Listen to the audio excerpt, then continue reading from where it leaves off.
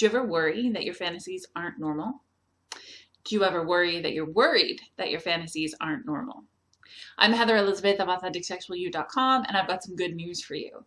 Not only are your fantasies normal, it is completely normal, even better than normal. It is completely standard to be worried about whether or not your fantasies are normal.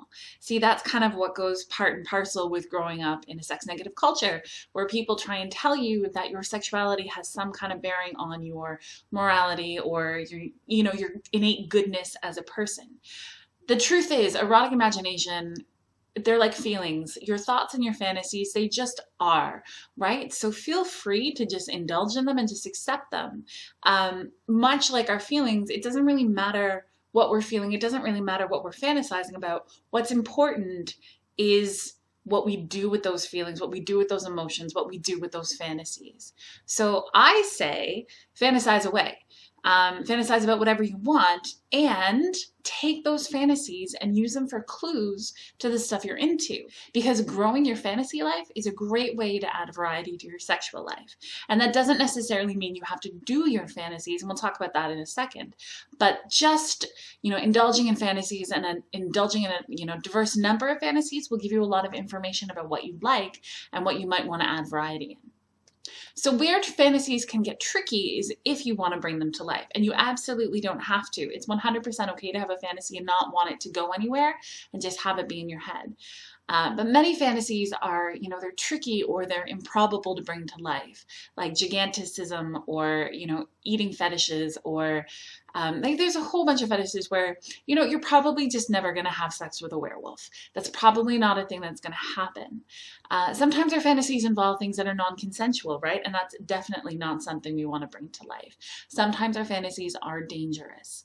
So if you're in the place where you've got a fantasy that's dangerous or illegal or just improbable, what you can do is look for the themes and the feelings in your fantasy life. What's going on there? What can you kind of mine and bring to your life? So often with fantasies, people are looking to feel powerful or powerless, and that's where a lot of kink and BDSM fantasies come in. People are looking to play with power dynamics. Maybe you're looking to feel confident or desirable, and that's often the root behind a lot of, multiple partner fantasies, or the idea that you're the center of attention in a threesome or a moresome. And that's great to know. That's something that you and your actual partner can take into the bedroom with you, whether or not you want to open up your sex life to multiple people or just keep it between the two of you. Some people use their fantasies as a way to reframe things that they feel shame and guilt upon and either rewrite the ending for themselves or just, play with that emotion. All of these things are okay, and it's good to know this about yourself so that you can figure out what kind of sex you'd like to be having and have more of that sex. Erotic imagination, role play, fantasy, these can all be fantastic ways to mine ourselves and learn more about ourselves.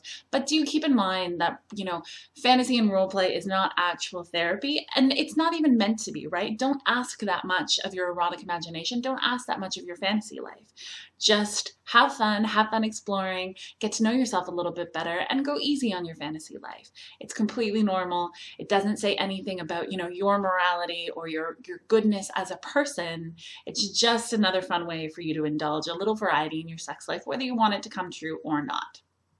If you have any tips or tricks about your fantasy life that you want to share, feel free to leave them in the comments below. And as always, I would love it if you would subscribe and share this video with someone you think could use it.